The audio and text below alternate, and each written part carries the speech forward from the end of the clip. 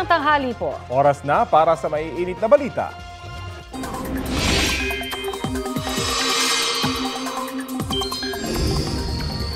Mainit na balita, bagyo na po ang binabantayang low pressure area sa silangan ng Aurora na pinangalanang Isang. Sabi ng Pag-asa, posible ang magpaulan sa malaking bahagi ng Luzon ngayong pong weekend. Sa Metro Manila, ramdam na ang masamang panahon ngayong umaga. Apektado ng baha ang trapiko sa Diokno Boulevard sa Pasay. Ilang motorista ang umatras na sa baha. Malailog din ang baha sa Macapagal Boulevard. Nakakaranas na rin ng pagbaha sa Rojas Boulevard, corner EDSA Extension. Nahirapan din ang mga motorista sa baha sa EDSA Shaw Boulevard Underpass. Pinasok na rin po ng baha ang Manila City Hall dahil sa malakas na pag-ulan. Alamin natin ang sitwasyon sa lungsod sa ulat on the spot ni Christian Manyo ng Super Radio DZBB. Christian? Rafi at Connie, binaha ang ilang lugar sa lungsod ng Maynila bunsod ng tuloy-tuloy na pag-uulan kaninang umaga hanggang lagpas tuhod ang baha sa bahagi ng Taft Avenue at apektado na rin ang Calaw hanggang Vito Cruz.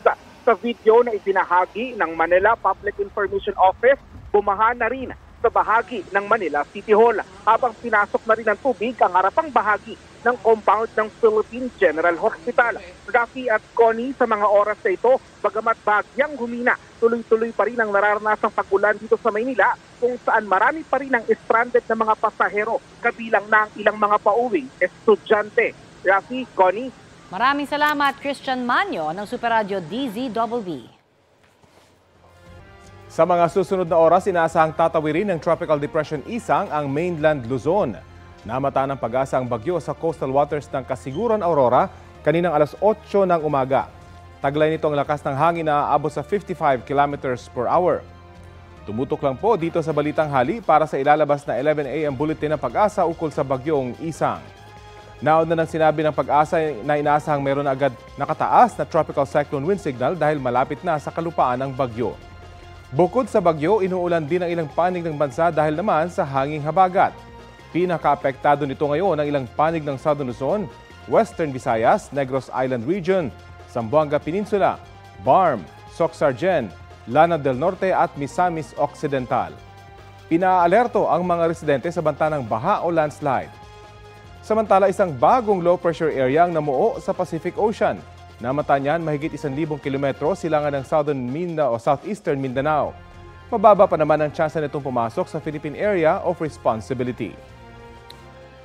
Samantala, kanselado na nga po ang face-to-face classes sa ilang lugar sa bansa dahil sa masamang panahong dulot ng bagyong Isang. Shift muna sa alternative learning modality ang lahat ng antas sa mga pampubliko at pribadong eskwelahan sa Maynila, Muntinlupa, Dimasalang, Masbate at sa buong lalawigan ng Albay. Sa Santa Rosa, Laguna, preschool hanggang senior high school sa lahat ng public schools ang walang in-person classes. Nasa pamunuan na raw ng mga pribadong eskwelahan kung magsususpindi rin ng face-to-face classes ngayong araw. Wala namang pasok ang lahat ng antas sa public at private schools sa Cabuyao, Laguna at sa Castilla, Sorsogon. Manatiling nakatutok sa Balitang Hali para sa iba pang anunsyo ng class suspensions. Sa ibang balita, arestado ang isang lalaking nagsumbong na na-hold up siya sa Quezon City. Kalaunan, umamin daw ang suspect sa pulisya at sa kanyang manager na naitalo niya sa sabong ang perang iririmit dapat niya. Balitang hatid ni James Agustin. Nagtungo sa Laloma Police Station ang 33 anyos sa lalaking ito para i-report na nabiktima umano siya ng pang-hold up sa barangay N sa Moranto, Quezon City. Pero himas reha siya ngayon matapos madiskubre na gawa-gawa lang niyang sinasabing krimen. Ang suspect isang delivery rider ng online jewelry shop. Tinutukan daw siya ng baril pag-hold up sa kanya. Tapos binigay niya yung nakuha niyang pera. Nang pinuntahan ng mga follow-up operatives natin, yung area at nireview yung CCTV, nakita na wala naman palang nangyari doon sa area. Ayon sa pulisya, nasa 326,000 pesos ang i-remit dapat ng suspect sa kumpanya. Iilang alahas na lang na-recover sa kanya at cash na aabot sa 10,600 pesos. Umamin po siya na na-dispalko niya yung pera. ginamit niya daw sa pagsabong. So inamin niya naman po ito sa kanyang manager. Lumalabas sa investigasyon na halos 2 taon nang nagtatrabaho sa kumpanya ang sospek. Tinanong namin siya kaugnay sa aligasyon sa kanya. No comment po ako, sir. Pinag-iingat naman ng pulisya ang publiko sa ganitong modus na kung tawagin ay hold up me. Ito po yung mga taong nagde-declare na hinold up sila, pero sa totoo lang na dispalko nila yung pera nila o nagastos yung pera sa mga bisyo. Sinampa na ang sospek na reklamong qualified theft. James Agustin, nagbabalita para sa GMA Integrated News.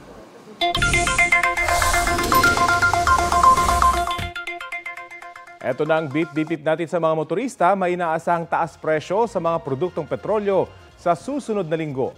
Ayon sa Oil Industry Management Bureau ng Department of Energy, nakikitang may dagdag na humigit kumulang 50 centavos sa kada litro ng gasolina batay sa 4-day trading. Humigit kumulang 40 centavos naman ang posibleng dagdag sa diesel, habang nasa 10 centavos sa kerosene. Kung matutuloy, yan na po ang ikalawang magkasunod na linggong taas presyo sa gasolina, habang panibagong hike naman yan para sa diesel at kerosene kasunod ng rollback nitong Martes. Ito ang GMA Regional TV News. Oras na para sa maiinit na balita ng GMA Regional TV mula sa Luzon. Nakaengkwentro ng mga pulis ang 2 lalaki sa Calawag, Quezon. Chris, nagkabarilan daw. Bakit? Connie, pinaputukan daw kasi ng 2 ang mga pulis sa isang checkpoint. Ayon sa Quezon Police, naglatag sila ng checkpoint matapos tumakas ang 2 sa isang buy-bust operation. Nang makita ng 2 ang checkpoint, hindi sila huminto. Nagpaputok ng baril at tumakas. Natigil kalaunan ng barilan at habulan. Doon na nakitang walang buhay ang 2 sospek. Isa sa loob ng sasakyan habang ang isa nasa gilid ng highway. Wala namang nasaktan sa panig ng mga pulis. Ayon sa pulisya, hinihinalang miyembro ng Gun for Hire Group ang isa sa 2 sospek. Mahigit naman sa 100,000 pisong halaga ng umano'y shabu ang nasabat sa buy-bust operation sa Bauco Mountain Province. Huli ang 26 anyos na lalaki sa barangay Sadsadan. Nasamsam sa kanya ng mga otoridad ang iba't ibang drug paraphernalia at 6 na pakete ng iligal na droga na may bigat na 20 gramo. Naharap ang sospek sa reklamong paglabag sa Comprehensive Dangerous Drugs Act of 2002. Wala siyang pahayag.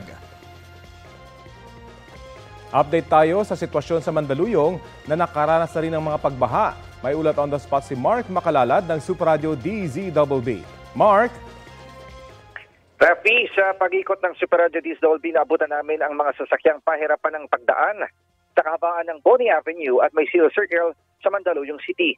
Sa katunayan, may mga nag-counterflow na ng mga sasakyan sa Maysilo Circle na light vehicles at umatras matapos hindi kayanin ang baha. Kasama rin sa binaha ang Ballesteros, F. Martinez at F. Ortigas. Ganyan din ang bahagi ng papuntang Kalentong. Dahil dito, nagpatupad na ang traffic routing sa mga lugar na baha para hindi na ito madaanan pa ng mga motorista. Sa ngayon, mahinang pagulan na lamang ang nararanasan sa lungsod ng Mandaluyong. Balik sa iyo, Rafi. Mark, ano daw dahilan ng pagbaha dyan? Dahil alam natin may malaking o pinalaki yung drainage system dyan, hindi ba? Tama ka dyan, Rafi.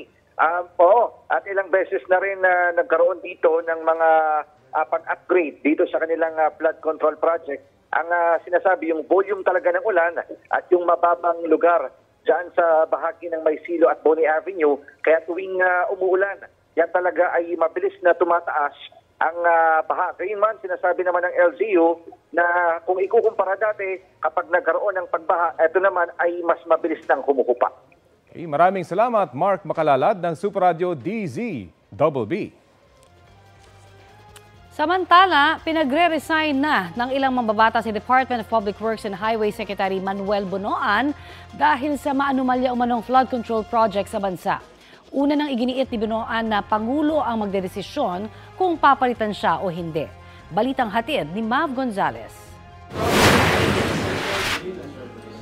Ang tanong ni Senador Kiko Pangilinan sa gitna ng sunod-sunod na kontrobersya sa flood control project sa bansa na pinamamahalaan ng Department of Public Works and Highways. Bakit hindi pa nagre-resign yung Secretary ng Public Works?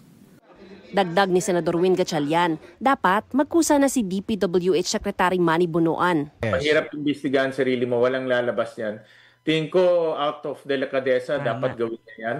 Hindi naman daw isinasantabi ni Senate President Pro Tempore Jinggoy Estrada ang posibilidad na hindi alam ni Bonoan ang ginagawa ng mga tauhan niya. I'm not defending him, pero baka hindi lang nalalaman ni Secretary Bonoan yung mga nangyayari sa baba, no? So hindi naman niya mamomonitor yan eh, no? Kaya lang ang problema niya, command responsibility. That is his responsibility as Secretary of the Department. Pero katwiran ni Kamanggagawa Party List Representative Eli San Fernando, kung hindi raw alam ni Bonoan ang nangyayari sa ahensya niya at tinuturo niya ang mga regional director at district engineer, ibig sabihin, incompetent siya. Kung alam naman daw ni Bonoan ang mga maanumalyang proyekto at wala siyang ginawa, kurakot siya. Kaya hiling niya sa Pangulo, sibakin na ang kalihim. Kayo na po ang nagsabi, galit na ho kayo. Kami rin po ay galit na dahil pera ng mga manggagawa at ordinaryong Pilipino ang pinag-uusapan dito. At sinong ahensya ba ang nasa ulunan ng mga maanumalya na flood control project? Hindi pa DPWH? Kaya sa iyo, Secretary Bonoan, kung may kaunti pa na kahihiyan dyan sa katawan mo, have the courtesy, umalis ka na dyan, bumaba ka na sa pwesto mo. I think ang delikadesa naman po dito is actually hindi lang po naman flood control project ang aking sinusulong dito sa DPWH ko. Napakarami po yung other big project that would warrant my kwan po ngayon dito. At as I said, gano'n po, I leave it to the President po. Anong decision po nila. Si dating DPWH Secretary Rogelio Babe Singson noong administrasyon ni Pangulong Noynoy Aquino, aminadong may kalakarang padula sa district level. Sinabi daw niya dati kay dating Pangulong Aquino na pabayaan na ang 10% parte ng mga nasa baba. Admittedly, may mga pangangailangan sa district level. Pero sa ngayon, grabe na raw ang sitwasyon. Na-bastardize ng doble-doble. Dagdag pa niya, nag-iwan ng Administrasyong Aquino ng 351 billion peso flood control master plan pero hindi ito inaksyonan ng mga sumunod na administrasyon. Hinihinga namin ng pahayag ang mga sumunod na DPWH Secretary noong Duterte administration. Sina ngayon Senador Mark Villar, Rafael Yabut at Roger Mercado. Sabi naman ng palasyo, wala silang natanggap na flood control master plan mula sa Duterte administration. Tinanong po din natin si Secretary Bonoan kung na-turnover ba itong mga sinasabing master plan. Sa kanyang pagkakaalam at sinabi po sa atin kanina ay wala rin po siya natanggap. Walang natanggap na turnover mula kay then Secretary DPWH Secretary Mark Villar, si Secretary Bonoan.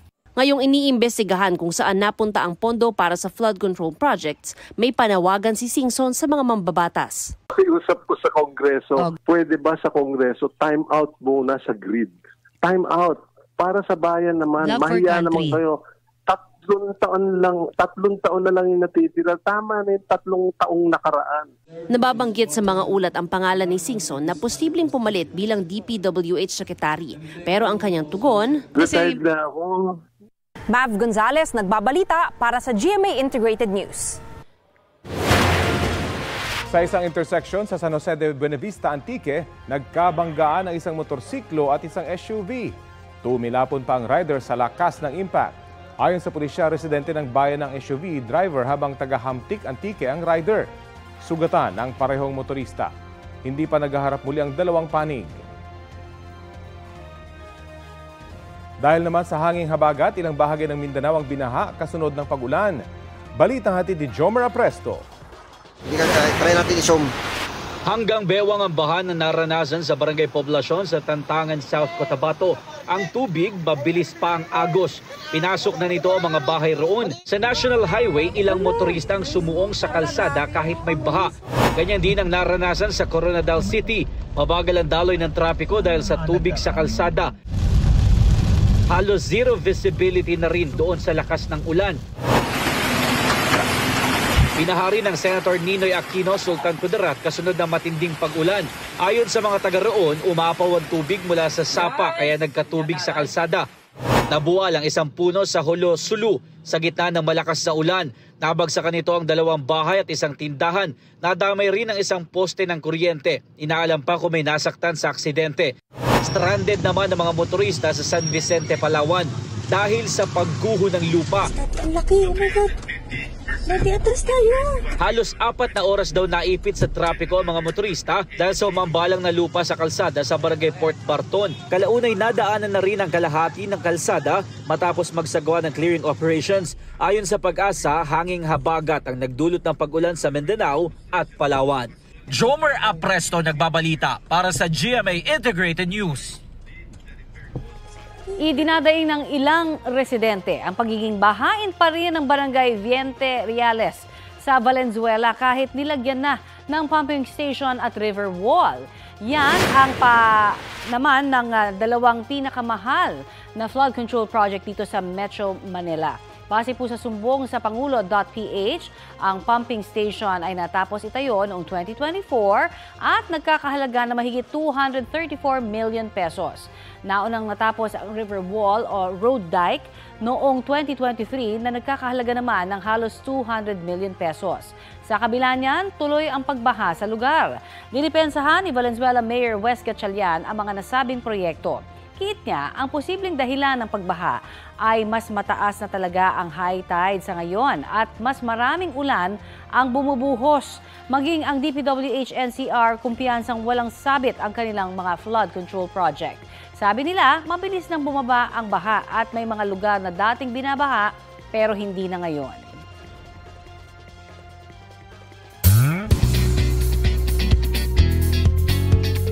Thank God it's Friday mga mare at pare, non-stop pa rin ang paghahatid ng inspirasyon ng award-winning Kapuso film na Green Bones.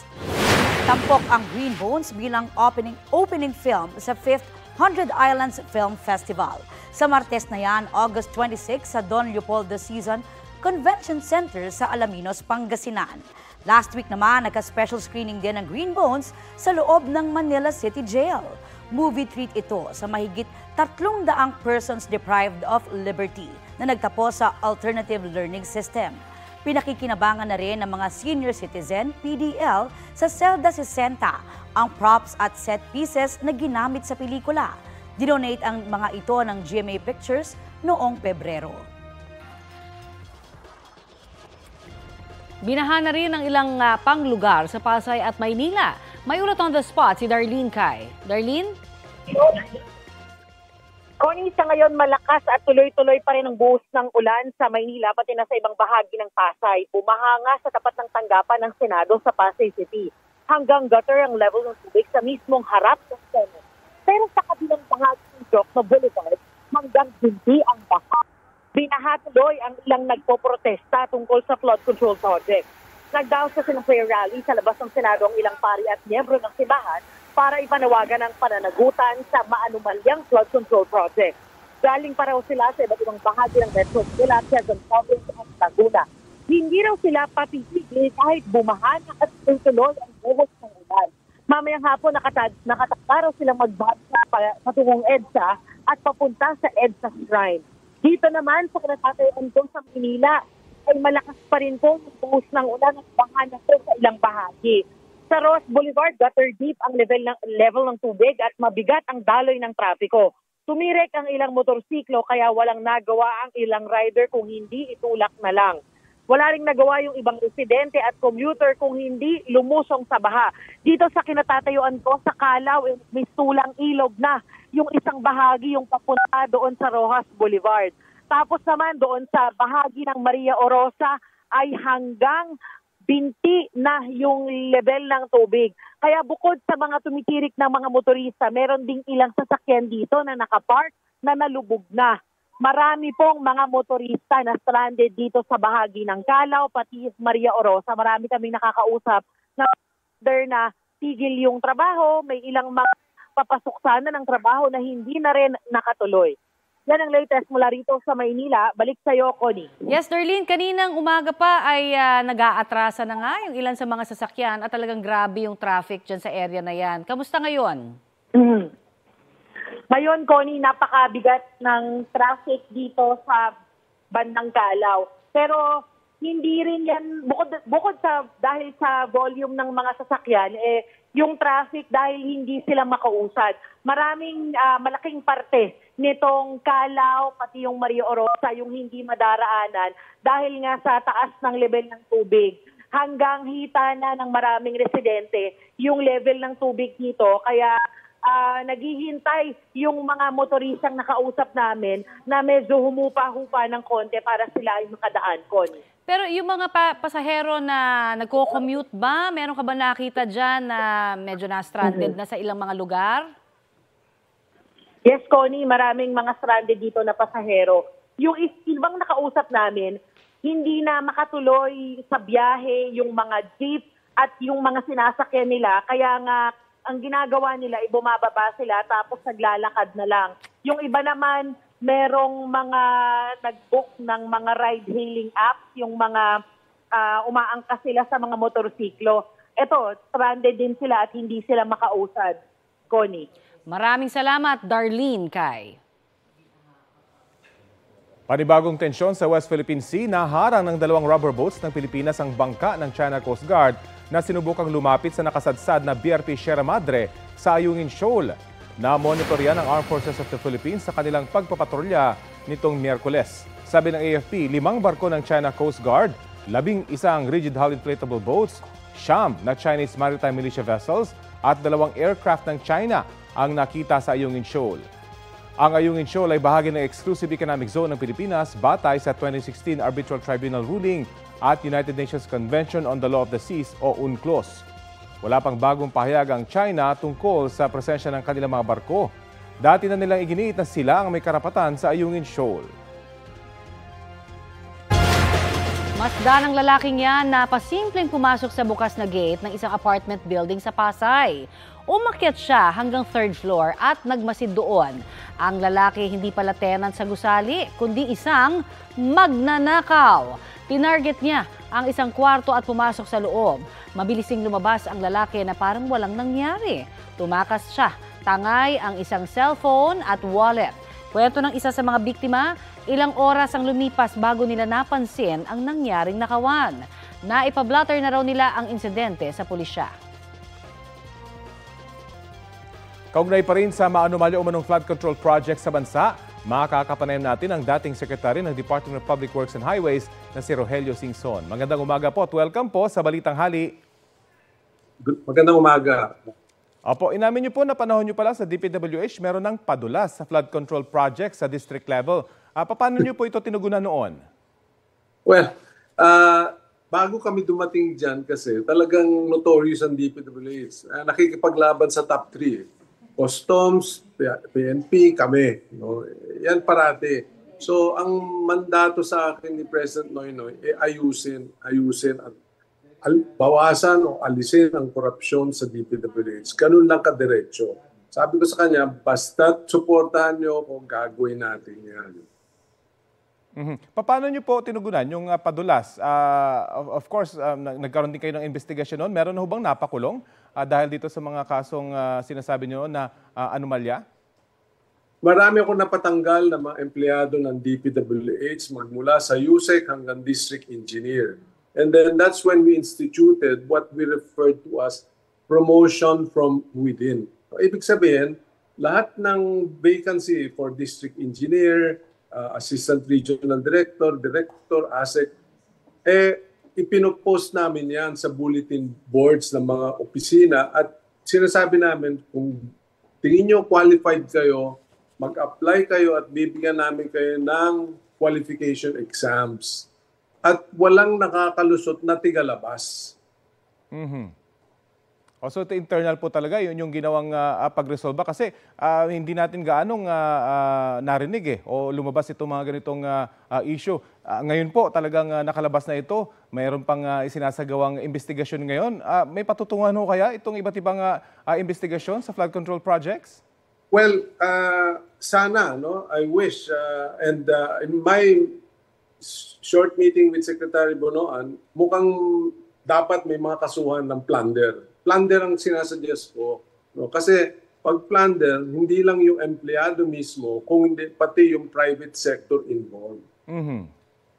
So after that, it will now have to take the DOJ, the Ombudsman, and the COA to come up with their own documents para may ma-pinpoint. Meron naman dapat sigurong managot dyan sa ganyang klaseng anomalya na napaka-garapalan. Dahil nga po dito, pinagre-resign mismo si Secretary Bonoan, pero may mga nagsasabi rin namang posibleng hindi niya alam yung mga nangyayari sa baba. Sa palagay po ninyo, sa inyong karanasan bilang Secretary ng DPWH noon, pwedeng hindi nyo alam yung mga nangyayari sa baba? Hindi pwedeng hindi. Nung panahon ko, identified yung ano yung klaseng project at namomonitor lahat yan. Ang naging problema kasi, dati-dati ang level ng approving authority and district engineer 50 million. At yung regional director, 150 million. Anything above that, pupunta na sa central office yan. Okay. Ngayon, ang level of authority and district engineer nasa 150 million. Ang regional, nasa 400. Sa katunayan, wala nang umaakyat na local project sa head office. Ang projects na nila yung foreign assisted projects.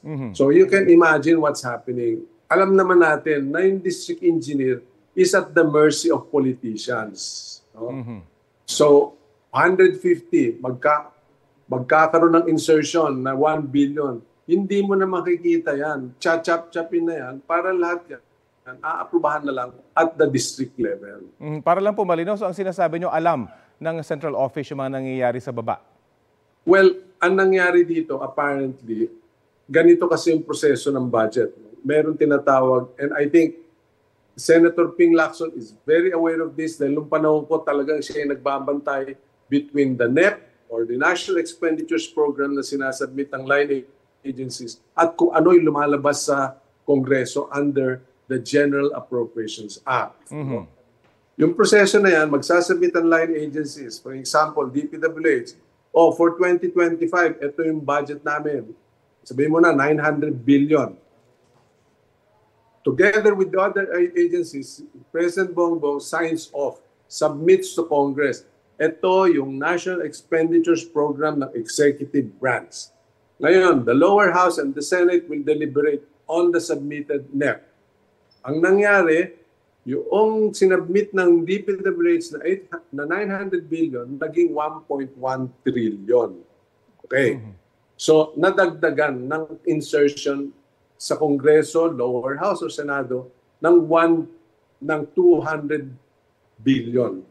Ang nakasama pa doon, yung palang sinubmit ng DPWH na 900 billion, merong binawas na mga 250 billion doon sa regular program na sinubmit nila at isinama as insertions. Yun ang hindi nalaman ng head office.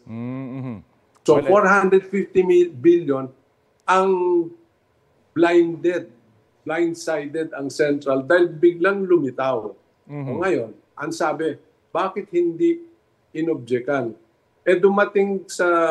Bumalik sa Malacanang, the president vetoed, I think, almost about 76 or 80 billion out of the insertions. Okay. Anyway, sige po. At siguro itong mga figures na ito, marami pang lalabas at sana matugunan ng mga batas dito sa sinasagawa nilang investigasyon. Anyway, ano po kayo nangyari doon sa flood control master plan na iniwan po ng Aquino administration? Paano nyo po ba itin-over ito sa susunod na namuno sa DPWH? It is there. Hindi ko naman iuwi yun. It is public document. It is in the Department of Public Works. In fact, NEDA has been referring to the master plan for river basins. Major river basins yan.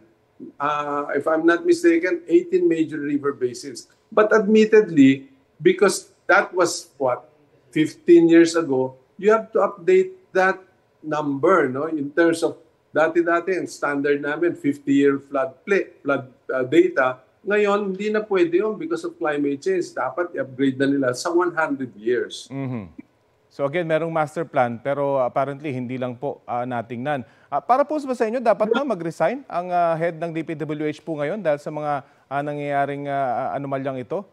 Importante, may confidence si President Marcos at saka full backing. Hindi pwede yung walang full backing ng presidente. Marami pong nagsasabi kayo inirerekomenda Anong reaction niyo roon? Tumanggi na ako dun sa mga feelers dahil naawa naman ako sa safety ng pamilya ko. Bakit po safety ng pamilya nyo? Yung inyong isa sa consideration? iisipin mo, untugin mo lahat yung mga contractors na yan, murang-mura buhay ngayon. Okay. Sige po, maraming salamat po sa oras na binahagi nyo sa Balitang Hali. Salamat din. Dating DPWH Secretary Rogelio Singson.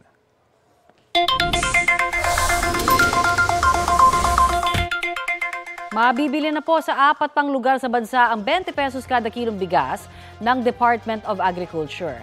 Nagsimula na ang 20 bigas meron na para sa magsasaka program nitong Miyerkules sa Lawag, Ilocos Norte, San Jose Occidental, Mindoro, Rojas City, Capiz at Baloy, Cagayan de Oro. Sabi ni Agriculture Secretary Francisco Tiu Laurel Jr., sa susunod na linggo makakabili na rin ng 20 pesos kada kilong bigas ang mga mangingisda at manggagawa sa fish port na nakarehistro sa Registry System for Basic Sectors in Agriculture. Hanggang 10 kilong bigas ang pupwedeng mabili. Ang mga inisyal na benepisyaryo mula sa fish sector ay mga komunidad sa Lucena, Quezon, Suwal, Pangasinan at Navotas. Sa latest monitoring ng DA, naglalaro sa 48 hanggang 65 pesos ang kada kilo ng special na local rice sa mga pamilihan sa Metro Manila. 42 hanggang 60 pesos naman ang premium. 38 hanggang 52 pesos ang well-milled at 30 hanggang 45 pesos ang regular milled.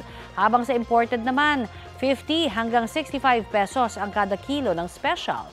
42 hanggang 50 pesos ang premium, 40 hanggang 50 pesos ang well-milled at 30 hanggang 45 ang regular milled rice. Ito ang GMA Regional TV News. Balita sa Visayas at Mindanao mula sa GMA Regional TV. Nasawi ang isang batang babae sa General Santos City matapos masabugan ng hinihinalang granada. Cecil, saan galing daw yung pampasabog? Rafi, mismong ang 12 anyos na biktima raw ang nakapulot ng lata na posibleng may lamang granada. Nakuha niya raw ito sa damuhan sa kanilang lugar sa Barangay Labangal. Nagbabala pa raw ang biktima sa kanyang mga kapatid na huwag itong gagalawin. Nakarinig na lang ang pamilya niya at mga kapitbahay ng pagsabog at natagpuan na walang buhay ang bata. May narecover ang mga otoridad na mga shrapnel ng granada. Pinoproseso na ang mga ito ng Explosive Ordnance Disposal Unit. Ayon sa pulisya, may ibang nag-report na rin na may natagpuang granada sa parehong barangay noong 1 buwan. Isang truck ang nahulog sa bangin matapos mabangga ng dump truck sa Talisay, Cebu. Ayon sa kapitan ng Barangay Campo 4, mabilis ang pagmamaneho ng dump truck sa pababang bahagi ng kalsada sa Sitio Campo 5. Nawalan umano ng preno ang dump truck at sumalpok sa nooy nakaparadang truck sa gilid ng kalsada. Mabuti na lang at wala roon ang driver ng nabanggang truck. Ligtas din ang driver at pahinante na sakay ng dump truck na isinugod sa ospital. Wala silang pahayag. Kinukumpirma pa ng Talisay City Traffic Management ang sinasabing pagkawala ng preno ng dump truck.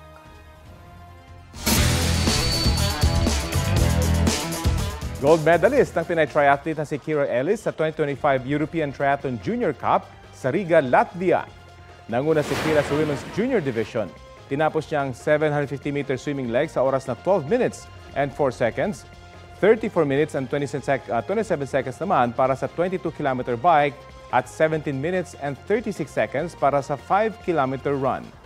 Ang kanyang final time, 1 hour 5 minutes and 7 seconds.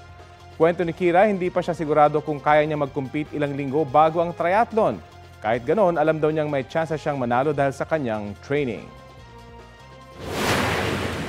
What a way to come back to the racing scene again after being on the sidelines for majority of this whole year. So I'm just so happy to be starting my season again and just to be healthy.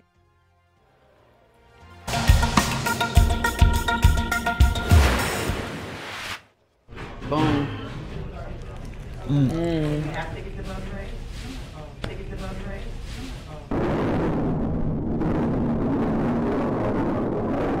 Nabulabog ang dalawang food vlogger na yan nang sumalpok ang isang SUV sa kinakainan nilang restaurant sa Houston, Texas sa Amerika. Sugatan ang dalawang vlogger na direktang tinamaan ng mga basag na salamin. Nagpapagaling na sila sa ospital. Wala namang ibang napaulat na nasaktan sa insidente. Inaalam pa rin kung bakit nadisgrasya ang SUV.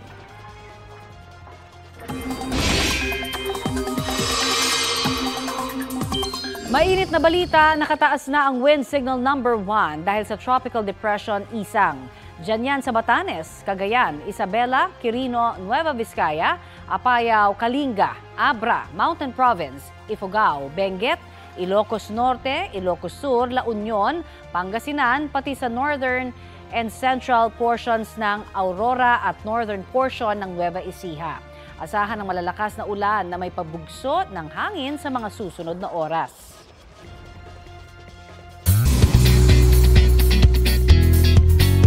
Kakaibang friendship na nabuo dahil sa agawan at pagtataksil ang tampok sa episode ng Magpakailanman Bukas.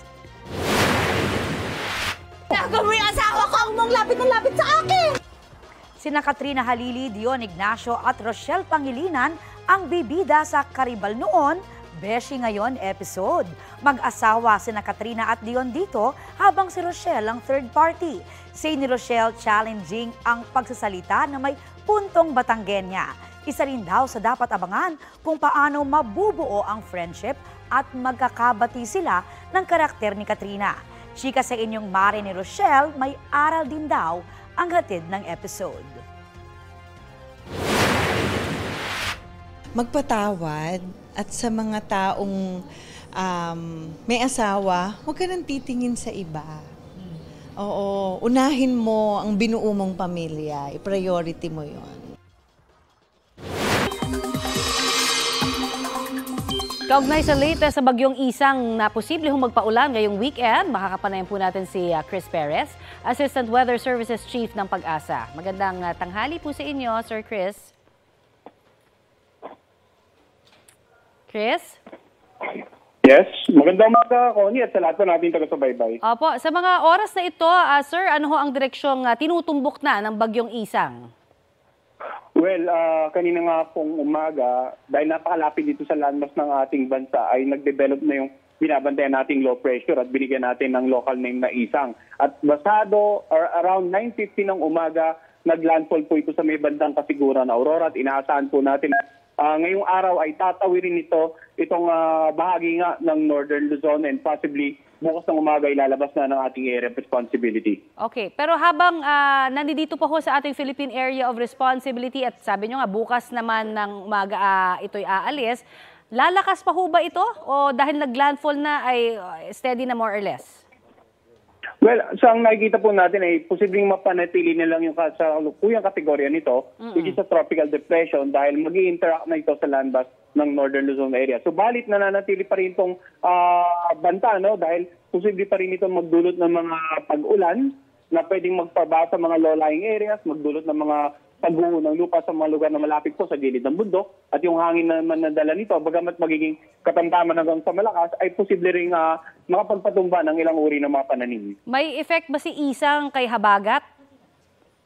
Yes, meron po. No? Sa matter of fact, nagpalabas din po tayo ng weather advisory at inaasahan po natin hindi lamang yung mga lugar na currently may tropical cyclone wind signal number 1 ang pwedeng ulanin, kundi maging ilang bahagi din po ng central at southern Luzon, kasama nga dyan ang Metro Manila. Naku, long weekend pa naman, sir. Ano ba ang aasahan nating panahon over the weekend at saan-saan ho yung mga may wind signals? Well, sa ngayon po, nakataas ang tropical cyclone wind signal number 1 dito nga sa lalawigan ng Cagayan, Isabela, Quirino, Nueva Vizcaya, Apayao, Kalinga, Abra, Mountain Province, Ifugao, Benguet, Ilocos Norte at Ilocos Sur, La Union, Pangasinan, Aurora at sa northern and central portion ng Nueva Ecija. So paalala po natin sa mga kababayan dyan sa mga lugar na may wind signal, hanggat maaari manatili muna sa loob ng bahay at patuloy na makipag-ugnayan sa kanilang local government at local DR officials para sa continuous disaster preparedness and mitigation measures.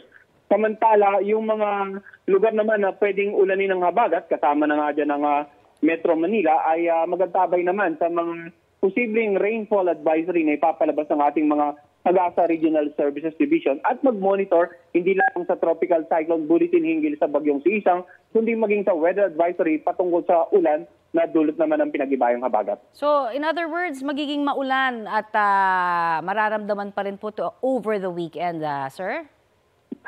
Well, inaasahan po natin, Connie, no, na posibleng sa darating na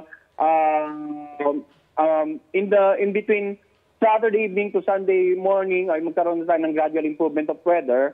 Pero yun nga, hanggang bukas, asahan po natin na may mga pag-ulan tayong inaasahan sa nakararaming bahagi nga ng Northern Luzon at maging sa mga ilang lalawigan dito sa Kanlura at bahagi ng Central Luzon at Southern Luzon. What about yung mga kababayan ho natin sa Visayas at dyan sa Mindanao? Magiging maulan din ho ba sa kanilang lugar? Well, kung titingnan naman po natin sa Visayas at Mindanao area ay hindi naman ito apektado ng bagyo at malayo rin ito sa epekto ng habagat. So we're expecting na basically fair weather over most parts of the Visayas and Mindanao area except for some areas na dito sa western section na posibleng makaranas ng mga thunderstorm. At yun din, magantabay din po sa mga localized thunderstorm at rainfall advisory na ipapalabas naman ng ating Pag-asa Regional Services Division dito nga sa may bandang Visayas at Mindanao area. Alright, marami pong salamat sa inyong update na ibinigay sa amin dito sa Balitang Hali, sir. Thank you. Maraming salamat din po. Magandang araw. Yan po naman si Mr. Chris Perez, Assistant Weather Services Chief ng Pag-asa. Isa pang mainit na balita, may libreng sakay sa MRT3, LRT1 at LRT2 simula po ngayong alas 12 ng tanghali. Sabi ng DOTR, pinag-utos yan ni Pangulong Bongbong Marcos kasunod ng mga class suspensions dahil sa inaasahang malakas na pag-ulan sa Metro Manila. Mga kapuso, naalala niyo pa ba yung mga pumapasadang love bus noong 70s hanggang 80s? Yan po yung sikat na pampublikong transportasyon sa ilalim ng Metro Manila Transit Corporation na kulay asul at ang mga bus at may mga pulang puso. Ngayong taon, binuhay po ang bus service ng DOTR at may ulat on the spot si Nico Sereno ng GMA Regional TV. Nico? Rafi, umarangkada na nga ang mga love bus dito sa Cebu na magbibigay ng libreng sakay para sa mga pasahero. Pinangunahan ni DOTR Secretary Vince Dizon, Tourism Secretary Cristina Frasco at Budget Secretary Amina Pangandaman ang paglulunsad sa Love Bus ngayong umaga dito sa Cebu. Bahagi ito ng libreng sakay program ng gobyerno. Ang Love Bus o Gugma Cebu Bus dito ay may rotang Cebu City, South Road Properties, papuntang Talisay City at sa bayan ng Minglanilla at pabalik. Ayon sa DOTR, napili raw ang rotang ito dahil sa volume ng mga pasahero. Epektibo ang libreng sakay mula 6 a.m. hanggang 9 a.m. at sa hapon mula 5 p.m. hanggang alas 8 ng gabi. Libre rin ang sakay tuwing weekends at holidays. 11 units ng Love Bus ang bibiyahe sa nasabing rota na inaasahang magseserbisyo sa libo-libong pasahero. Matatanda ang kamakailan sa State of the Nation address ni Pangulong Ferdinand Marcos, binigyang diin niya ang revival ng Love Bus na sumikat noong 1970s. Noong nakaraang buwan ay una nang inilunsad ng gobyerno ang libreng sakay program dito sa isang rota ng modern PUJ dito sa Mandaue City at sa Cebu City na may mahigit sa 100 units nagbibigay ng libreng sakay tuwing peak hours. Rafi, hinggil nga sa naunang reklamo ng ilang pasahero nitong libre sakay program na hindi daw bumibiyahe itong mga modern jeepneys tuwing oras ng libre sakay. Ayon kay Secretary Dizon, nagkaroon lang ng kaunting problema sa remittance ng payment para sa mga operators nitong mga modern jeepneys, pero nasolusyonan na raw ito. Rafi? Maraming salamat, Nico Sereno. Pumalag si Vice President Sara Duterte sa sinabi ng Malacanang na complete failure siya bilang sekretary noon ng Department of Education. May patutsyada rin siya sa Pangulo. Balitang hatid ni Ivan Mayrina. So, hindi ako ang failure. Siguro, ang failure is yung 10:30 pa lang ng umaga, amoy alak ka na. Ganito sinagot ni Vice President Sara Duterte ang pagsabi ng palasyo na naging complete failure umano siya bilang kalihim ng Department of Education. Ang tinutukoy niyang amoy alak umano si Pangulong Bongbong Marcos. At ang insidente kung kailan daw niya yan naamoy, na magsumiti siya ng resignation bilang DepEd Secretary noong June 19, 2024. Yun yung pag-alis ko, nagbeso-beso siya sa akin. 10:25, 10:30 naman. Amoy alak siya. At kung ako ang pahulain, kung ano yung alak na yon, whiskey. Pero, hindi ko naman siya nakita nag-inom ng whiskey. Nakikita ko siya lagi umiinom ng champagne. Pero amoy alak siya at 10:30 in the morning. Doon na-confirm yung decision ko na mag-resign. Idinetalye pa ng bise kung paano raw siya pinilit kumbinsihin noon ng Pangulo na manatili sa gabinete at inalok pa ng ibang pwesto para rito. Hiningi pa nga raw ang tulong niya para sa eleksyon 2025. Kaya ang tingin ng bise sa naging tono ng Pangulo. Hindi yun actions ng taong tumitingin as failure ako. Action yun ng taong tumitingin na kailangan niya yung trabaho ko. So, hindi ko alam saan nanggagaling yung sinasabi nilang failure ako as a Department of Education Secretary. Ang pagtawag ng palasyo na complete failure kay Duterte, sagot naman nila sa naunang banat ng bise na napag-iwanan ng estado ng edukasyon sa Pilipinas dahil sa mabagal na pagsabay ng bansa sa pagbabago. Si Palace Press Officer Claire Castro, hindi kumbinsido sa kwento ni VP Sara. Sa kanyang statement, sinabi ni Castro na mahirap raw paniwalaan ang mga kwento ng madalas nagiging source ng fake news. Lahat raw ng kwentong ito ay layong siraan ng Pangulo dahil nais niyang pababain ito sa pwesto para ang bise ang maging Pangulo, bagay na tinawag niyang makasariling hangarin. Ikinumpara rin ni Castro ang Pangulo na maaga raw gumigising para sa mga event at meeting. Di tulad anya ng iba na tanghali na akong gumising. Ivan Mayrina nagbabalita para sa GMA Integrated News. Kaway-kaway, Wilka at Dustbia shippers nagbunga raw ang manifesting for a big movie project nina Will Ashley, Dustin Yu at Bianca De Vera. Love Me So Bad ang title ng upcoming movie ng tatlong ex-PBB housemates. Collaboration niya ng 3 big movie outfits sa bansa, ang GMA Pictures, Regal Entertainment at Star Cinema.